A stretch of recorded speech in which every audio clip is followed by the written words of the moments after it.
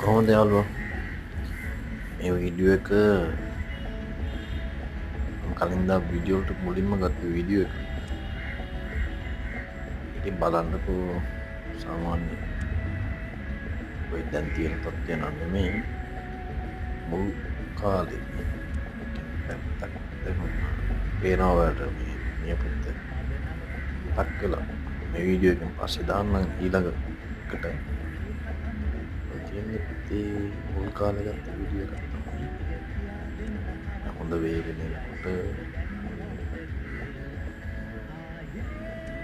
සිදුවෙන විදිය සාමාන්‍ය වැඩෙන ආකාරය තමයි මේ පේන්න තියෙන්නේ.